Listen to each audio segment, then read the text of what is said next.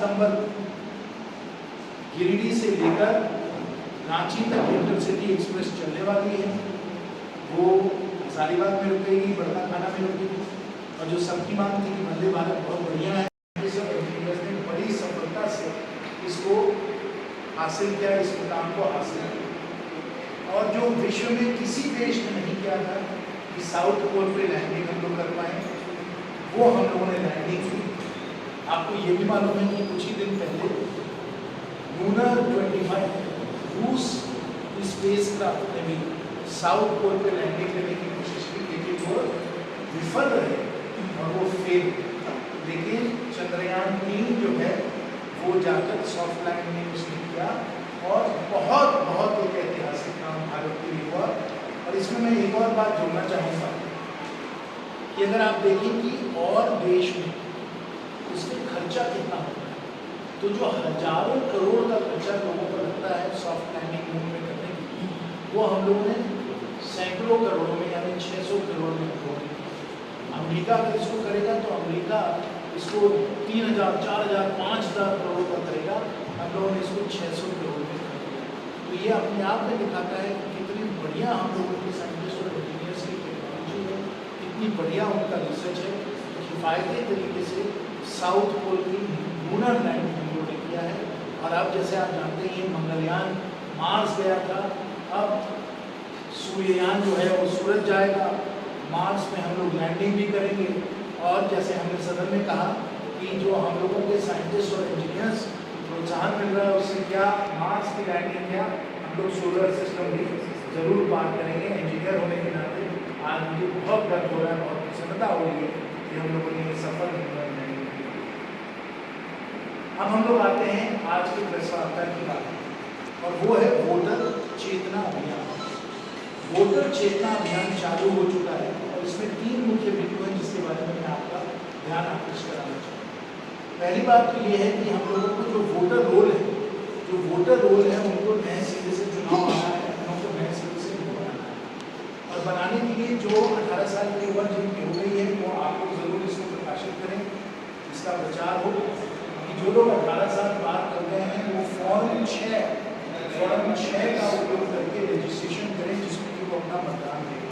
हम लोग चाहते हैं कि लोकतंत्र जो है उसमें जनता मानी है, लोकतंत्र में हर कोई अपना वोट दे, अपना मत दे और एकदम निडर होकर मतदान के लिए जाकर अपना वोट दे। इसलिए पहला तो ये है कि 18 साल वाले वो अपना रजिस्ट्रेशन। दूसरा कि अगर किसी को डिलीशन करना है, लोगों को हटाना है क्योंकि वो चले गए हैं कहीं और चले गए, तो फॉर्म 7 का उपयोग करिए और डिलीशन भी करिए वोटर।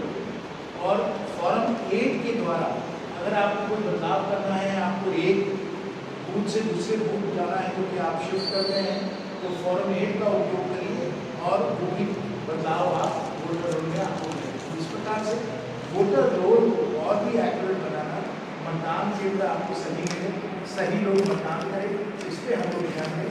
और ये हम लोग वोटर चेतना अभियान में वोटर को जागरूक बनाने की हम लोग कोशिश करें। भारतीय जनता पार्टी को पूरा विश्वास है कि हम लोगों को लोकतंत्र को और दुरुस्त बनाना है और उसमें सब लोगों का सहयोग होना चाहिए, सबका उसमें इन्वॉल्वमेंट होना चाहिए। वोटर चेतना अभियान में दूसरा मामला है साथियों, इसके बारे में मुझे बताना है, वह है कि चुनाव आयोग और प्रशासन जो है ये लोग बूथ में परिवर्तन कुछ ना कुछ कर रहे हैं। कुछ बूथों को जोड़ा जा रहा है, कुछ बूथों को जोड़ा जा रहा है, कुछ बूथों को शिफ्ट किया जा रहा है। और भारतीय जनता पार्टी एक जिम्मेवार और राष्ट्रीय दल होने के नाते चुनाव आयोग, झारखंड एवं जिला प्रशासन को ये निवेदन करें कि कोई भी आप बदलाव कर रहे हैं, कोई भी परिवर्तन कर रहे हैं तो पारदर्शी तरीके से होना चाहिए और दलों की भागीदारी के साथ। इधर उधर बदलाव कर देना जिसमें कि जो लोग पहले आधा किलोमीटर जाया करते थे वोट देने के लिए, अब अगर उनको 3 किलोमीटर जाना पड़ रहा है या उनको एक ऐसे जगह भेज दिया जा रहा है जहाँ उनको वोट देने में उनको लगता है दबाव बढ़ जाएगा।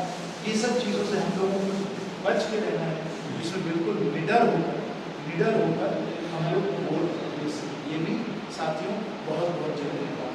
और जहाँ तक वोटर चेतना अभियान चलाया जा रहा है वहीं तक मैं आप सबसे अनुरोध करूंगा, मीडिया के मित्रों से अनुरोध करूंगा कि आप वोटरों को जागरूक भी बनाइए, जिसमें कि वो जाने कि जब मुखिया का चुनाव उनको करवाना है या मुखिया के लिए वोट देना है और जब सांसद के लिए वोट देना है तो अलग मुद्दों पे, अलग क्राइटेरिया पे आप लोगों को वोट देना चाहिए।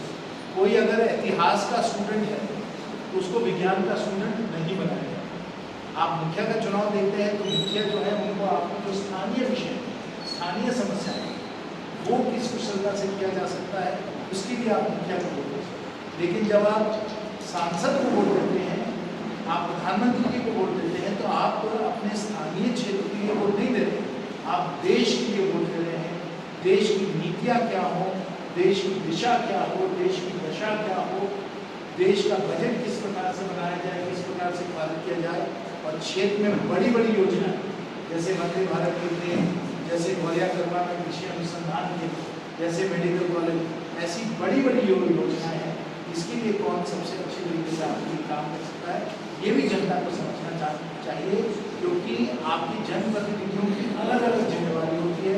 कोई इतिहास का स्टूडेंट होता है तो कोई केमिस्ट्री का स्टूडेंट होता है। इतिहास और केमिस्ट्री में अंतर जो है समझना जरूरी है। मुखिया जी जो है वो स्थानीय समस्याओं के लिए, देश चलाने के लिए आपके सांसद हैं, तो ये भी आपको जागरूक होना चाहिए, जानकार होना चाहिए कि आप किसको वोट दे रहे हैं, किस मुद्दों पे आप वोट दे रहे हैं। ये भी वोटर जागरूकता और चेतना और ये बहुत महत्वपूर्ण मामला है। साथियों, अंत में मैं आपको ये भी एक बहुत ही खुशखबरी देना चाहता हूँ, जो हम लोग सोशल मीडिया में भी इसको प्रसारित कर रहे हैं कि 12 सितंबर को, हमने पहले भी कई बार घोषणा की थी कि यूनिवर्सिटी आएगी, लेकिन अब हम लोगों को वो पक्का तिथि भी मिल गई है। 12 सितंबर गिरिडीह से लेकर रांची तक इंटरसिटी एक्सप्रेस चलने वाली है। वो हजारीबाग में रुकेगी, बड़का खाना में रुकेगी, और जो सबकी मांग थी कि वंदे भारत बहुत बढ़िया है, अच्छी है, लेकिन कोई किफ़ायती भी हम लोगों को ऐसी ट्रेन मिलनी चाहिए जिसमें कि बस के भाड़े से कम और ज़्यादा सुविधा से ट्रेन की सवारी हम लोगों को मिल जाए, जिसमें हम हजारीबाग में बैठें, 2.5-3 घंटे में हम रांची पहुँचे और 100 रुपये के भाड़े से कम हम रांची हटिया रेलवे स्टेशन से उतरे। साथियों, ये भी 12 सितंबर को अब होने वाला है। इसकी भी खुशखबरी हम आप लोगों को देने वाले थे। इसका ऑर्डर निकल चुका है, इसको हम लोगों ने सोशल मीडिया पर चला दिया है। जो सब लोगों की जो सपने थे एक एक करके हम लोग साकार कर रहे हैं। वंदे भारत ट्रेन आ गई है, अब आप लोग पटना 3.5 घंटे में पहुँच सकते हैं। इंटरसिटी एक्सप्रेस आ गई है, अब आप रांची 2.5-3 घंटे में पहुँचिएगा। और आगे के दिन जैसे मैंने कहा है कि हम लोग राजधानी भी ज़रूर हजारीबाग से आप लोग चलाएंगे, और राजधानी में आप लोग रखिएगा हजारीबाग में, और दिल्ली में आप लोग उतरिएगा। अंत में उसी क्रम में मैं ये भी कहना चाहूँगा कि सुपर हाईवे का भी निर्माण तेज़ी से चालू हो चुका है। मैं बोलना भूल गया, लेकिन सुपर हाईवे जिसके द्वारा आप वाराणसी से कलकत्ते आप 6 घंटे 7 घंटे में आप पहुँच पाइएगा, उसका भी काम चालू हो चुका है। जब ये हाईवे बन जाएगा तो आप हजारीबाग से लेकर कलकत्ते 4-5 घंटे में पहुँचेगा। ये भी सुपर हाईवे का जो काम है ये भी चालू हो चुका है। इंटरसिटी को आएगी, राजधानी आने वाली है और हम लोग सुपर हाईवे के बनाएंगे। साथियों, ये सब कुछ बातें थी जो हम लोगों ने सोचा आपको प्रेस वार्ता के द्वारा आपको इसके बारे में हम लोग पूरी तरीके से जानकारी दें। आपके कोई प्रश्न हो तो जरूर